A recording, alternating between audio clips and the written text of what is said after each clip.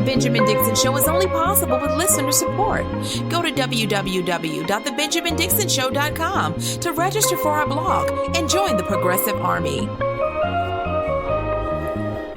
Welcome to the Benjamin Dixon Show. I am your host, Benjamin Dixon. Today is Tuesday, November 26, 2019. Thanks so much for joining us.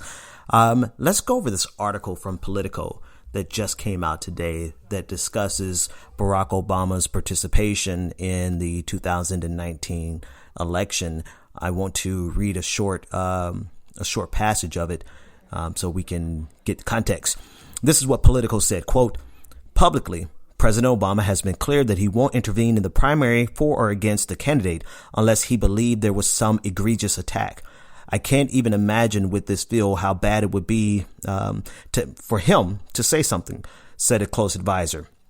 Instead, he sees his role as providing guardrails to keep the process from getting too ugly and to unite the party when the nominee is clear. There is one potential exception. Back when Sanders seemed like more of a threat than he does now, Obama said privately that if Bernie were running away with the nomination, he would speak up to stop him. Now, in parentheses after that, they said, asked about this, a spokesperson for Obama pointed out that Obama recently said he would support and campaign for whoever the Democratic nominee is. Huffington Post inflamed the situation even more, stating that one of his advisors declared exasperatingly that Bernie is not a Democrat. Now I went over this last week. This is a new article on the same topic of the establishment pushing Barack Obama into the mix to try to fight off Bernie Sanders. And to be quite frank with you, it's not just Bernie Sanders they're trying to fight off. They're also trying to fight off Elizabeth Warren. And this is why you see Bloomberg jumping in, Deval Patrick jumping in, because we have an establishment class of Democrats who are not equipped to fight. It's twofold. I don't want to just mix those two together without really pushing giving the emphasis of how important both points are. We have an establishment elite in the Democratic Party. We have had them. They've been there for a while. Barack Obama is the leader of that. Hillary Clinton is a part of it. I mean, this is not, and trust me when I say I'm not going to relitigate the 2016 primaries. I am not forwarding any. I'm the last person. Let me say it like this. I'm the last person who wants to have to go into the details of the establishment versus everybody else. However, when we see such a clear and blatant attack or willingness to attack the two candidates that really want to do something for the working class and the lower middle class, it's a clear indication. It shows us clearly who's working for us and who's working against us in the Democratic Party.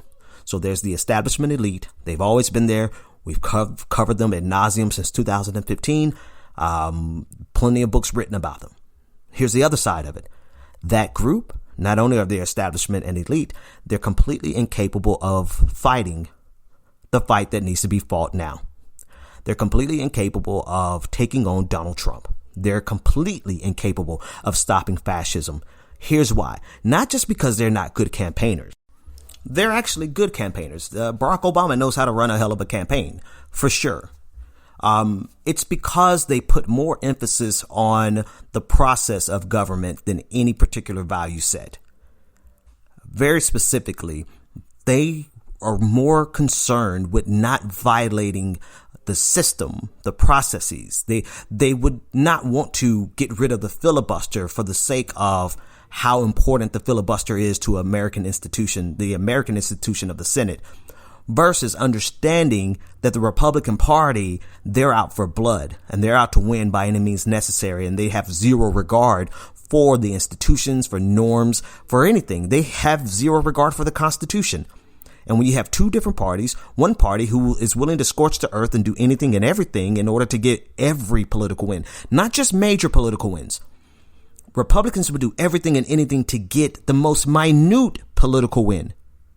And you have another party that's more concerned with making sure that the institutions are upheld and that decorum is maintained and civility is observed.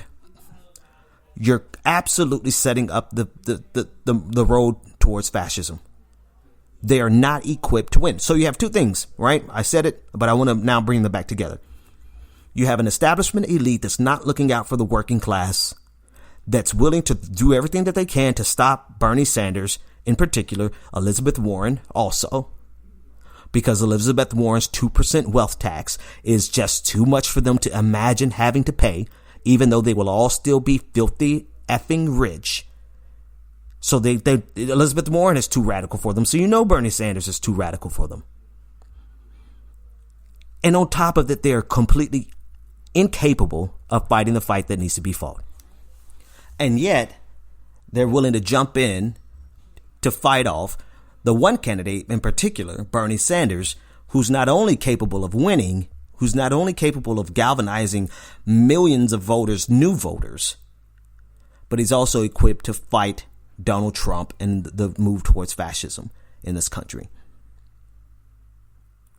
So, my response to this article is the same as it was last week.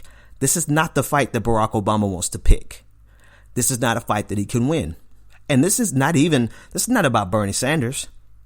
It's not about Bernie Sanders. It's not about Bernie bros, white Bernie supporters. It's not about any of them. It's about the black millennials, black Generation Zers, and younger black Generation Xers who are a part of an entirely different political generation. Now, to be sure, that generation does include some black boomers, like people who are born or older black Americans, and it certainly includes a lot of older white Americans and non-black people. But I'm talking specifically about younger Generation Xers, Gen Zers, and millennials, black ones. Because we have a disposition towards Barack Obama, like I said last week, that could be one of just general respect. We'll leave you alone. We have no particular reason to wage a scorched earth campaign against you, up until the point where you begin to interfere with the politics of our generation. The only reason we like Bernie Sanders is because he has the politics of our generation. Our generation is moving towards a more democratic socialist state. Period. Our generation is one that's pushing towards billionaires paying their fair share, reversing this trickle-down economic theory, because we know trickle-down never trickles down, but we do know for sure, we have evidence to show you that when you put money into the hands of consumers, we spend money. I mean, if you want to see wealth generated in this country, put it into the hands of the working class and the middle class and the lower middle class. And our generation is saying the jig is up. We understand this now. The last generation may have missed it. They may not have seen what was coming. I mean, how much time did they have to actually pay attention to this? Our generation, we've had to take time to pay attention to this, and we understand the game that was played on us, perpetrated on us by the Clinton administration. We understand the negligence of the Obama administration in not doing anything to unravel all of the years of damage that was brought upon us by neoliberal economic policies instituted first by Ronald Reagan. We understand this. We also understand very clearly American imperialism. There's a long list of things that this generation, this political generation, this political revolution generation can say and do to bring a lot of pain to the legacy of Barack Obama. And like I said last week, I don't think this is a fight that he wants to pick because it's not one that he can win. Go to www.patreon.com/The BPD Show and support The Benjamin Dixon Show. Hey, well, all right. You know what that music means. It's time for a patron party. Special shout out to our 3 newest patrons. Colin Campbell, thank you so much for becoming a patron. Filter Umbrella, thank you for becoming a patron. And Nathaniel Cole, thank you so much for becoming a patron. You all, too, can become a part of this prestigious and prodigious group of the most beautiful people and the most intellectually astute people in the entire known universe by going to www.patreon.com/The BPD Show and becoming a patron now. You also can join us in our Discord. We just kick it over there. Like, we talk politics. We just talk about life.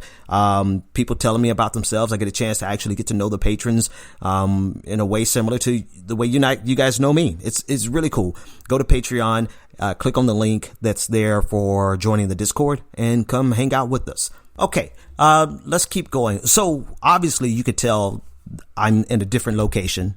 My show doesn't sound the same. Yeah. I'm in Alabama for the holiday, and I am recording in my niece's bedroom using a different microphone, obviously. But the show will go on for the rest of the week. I'm honestly thinking about doing a show Thursday, but I'd like your help. So this is what we would do. I'd like for you to call in 857-600-0518 and just tell me, I know it's kind of corny, just bear with me. Deep down, you know, I'm a corny dude, right? I mean, don't get me wrong. I got swag by the pound, but I'm a kind of a mushy guy at times. Anyway, the point is, I want you to call in 857-600-0518 and tell me what you are thankful for politically. It doesn't have to, I'm sure I'm going to get a lot of people who tell me they're thankful for Bernie Sanders. That's cool, but also dig deeper. Like, what are you thankful for politically? Is there an organization that you're a part of? Is there something that you organize? Is there a community activist? Just call in and let me know what you're thankful for politically. And that's what our show is going to be about Thursday. So if you could drop me those between today and tomorrow, and even Thursday morning, that would be dope. All right, let's get back to some hardcore politics. Mayor Bloomberg has announced that he is not going to accept any donations and that he's not going to take a salary if he becomes president.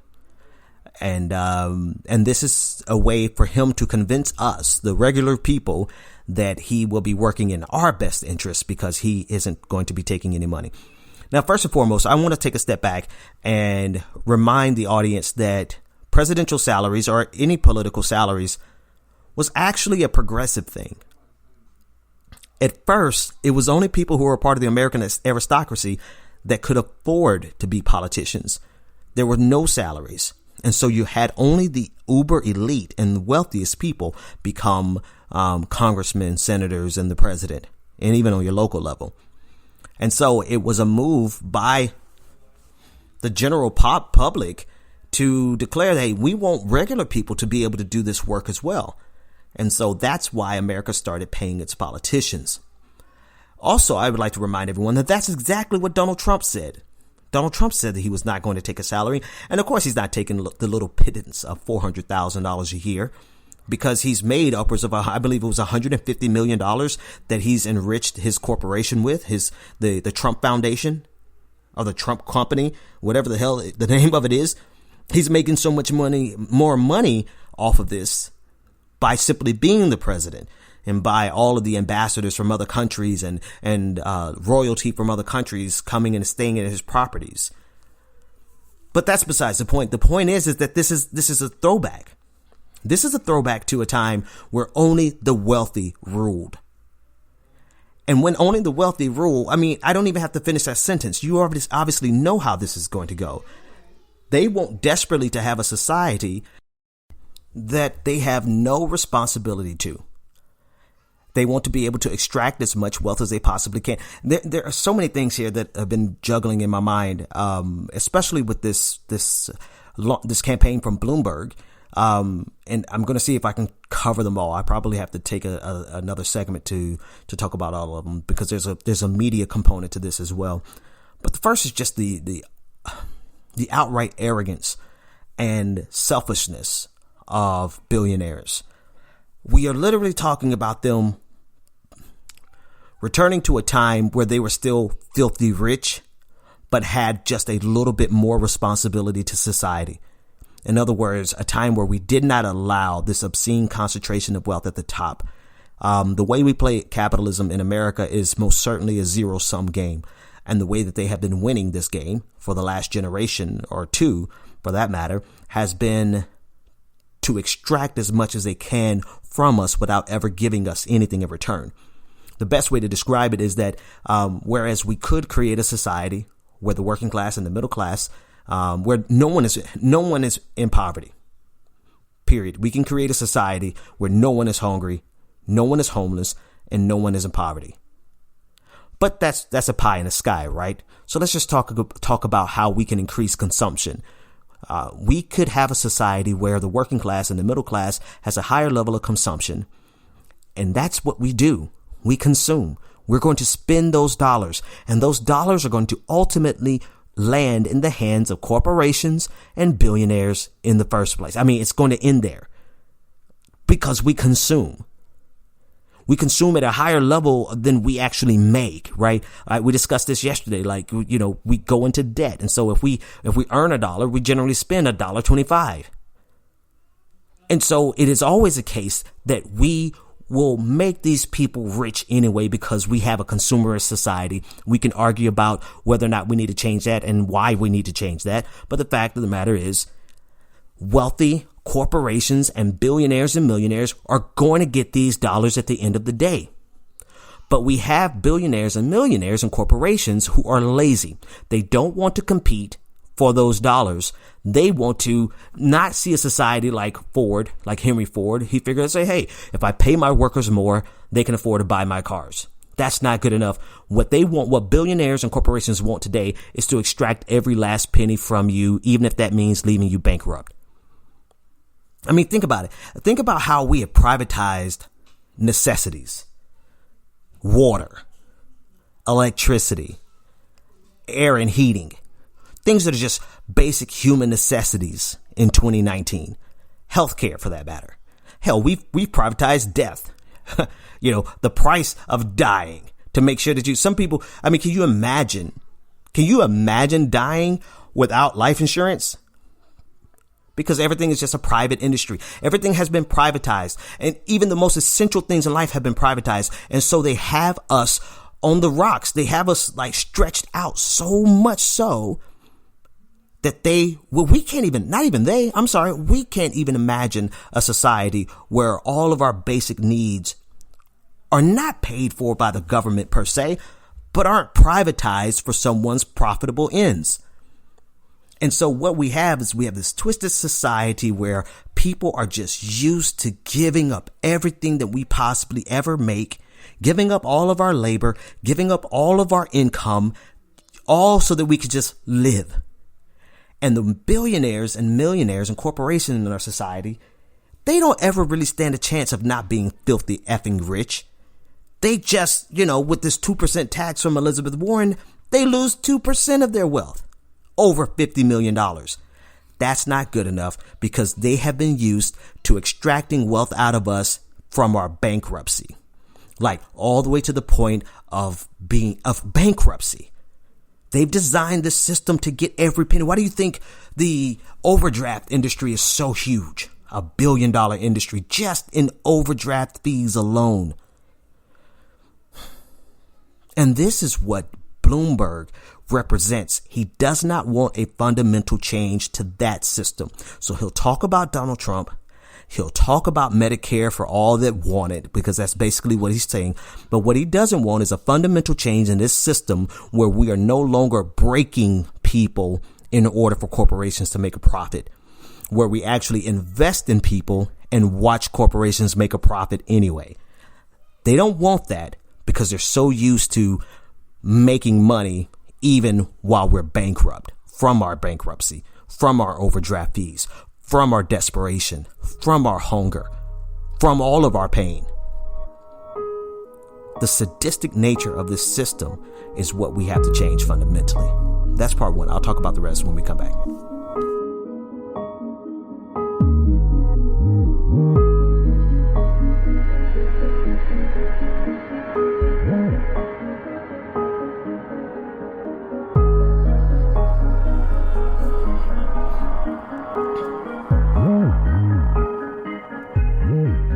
All right, so this next piece ties into Mayor Bloomberg, and it's a thread from Judd Legume from popular.info. He started and he writes for popular.info.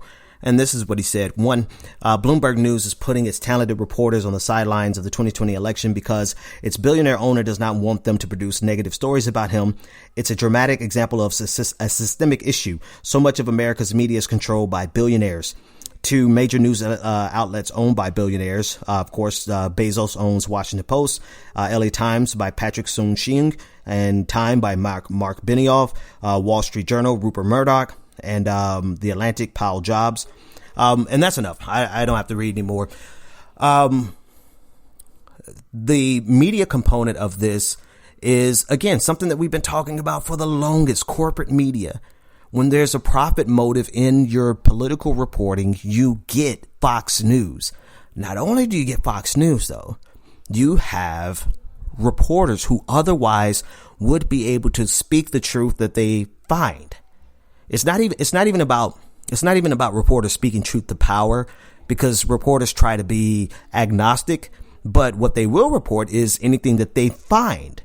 But now, when you have them having to genuflect to billionaire owners, they literally will ignore critical stories that either directly affect the owner, or indirectly affect the owner, or indirectly affect a friend of the owner. And this is what we have plaguing our system. You know, I hate to sound cliche, and it's not because I'm out of town and I'm trying to wrap up, but we need a revolution on every single level. And the only thing that can compete with these people is the power of people. The numbers, the masses, we outnumber them significantly. I was thinking about yesterday how beautifully it would be if there was enough supporters where reporters could create their own Patreons, right? And just be independent journalists. But, you know, they make too much money, right? They're not going to be able to get $250,000 a year from Patreon. So I know that's wishful thinking, but the thought experiment is worthwhile, because what type of reporting would we have in this country if it wasn't tied to the profit margin of billionaires? And so, and then here's the last part about it. Obviously Bloomberg is silencing his top reporters because, but I don't even think he would have to do that, to be honest with you, because obviously if you work for Bloomberg.com, you know who the owner is. But here's the last thing. We're also going to find that social media is a weapon against us as much as it is a weapon for us. Because we're going to see very simple tools like throttling of posts, silencing of voices, tearing down of pages, left-leaning pages. The closer we get to implementing the wealth tax, the closer we get to implementing Medicare for all. I mean, they have all of the channels and they have the ability to just shut us out, change the terms. And will it hurt them? Not as much as a 2% wealth tax, apparently. I mean, that's what we're really dealing with. I believe firmly that the richest people in this country believe they have the power to control this country despite what we want, we the people want. At the end of the day, you're going to find that millionaires and billionaires have the full expectation that they run this country despite what the 327 million of us other people want or believe. And to that end, of course, they're going to do everything. They don't see any hypocrisy in them trying to buy the White House just so that they can stop this tax, just so that they can stop Bernie Sanders and Elizabeth Warren. They see no problem with that. In fact, they feel like it is consistent. It is consistent with the definition of freedom as they define it. Have you ever wondered why everyone always swears that if we have a more socialist society, that we're not going to have freedom? Because one, they've been lying to people for generations. They made democracy synonymous with capitalism, which it is not. Democracy is not synonymous with capitalism. But the reason they've done that, and they've indoctrinated us from school, from grade school, all the way through college, all the way through the media consumption, the reason they've done that is because they need us to always believe that if we ever raise taxes on the richest people in this country, it would be an affront to liberty and democracy. And so long as they have us believing that, we the people, we the masses, the unwashed masses, will never come after their wealth. And instead, we'll just always dream about being rich and dream about being famous. Well, that's the thing that all the way back to the Barack Obama article, that's the thing that they don't realize. We have decided for ourselves. We see for ourselves the problems with the system as it exists. And we see for ourselves that they have been lying to us for generations. We understand that democracy is not dependent on capitalism. Democracy is not dependent on capitalism, and my freedom and my liberty is not dependent upon some billionaire or some corporation's ability to maximize their profits at my expense. I am not a good patriot when I lay down and allow capitalism to rape me. If you want to use nationalistic jargon, a good citizen is one who challenges this system and pushes for what we, the people, want and what's best for us as a whole. Not what's best for 607 billionaires in this country. No, what's best for 327 million of the rest of us. The Benjamin Dixon Show is only possible with listener support. Go to www.patreon.com/The BPD Show and support The Benjamin Dixon Show.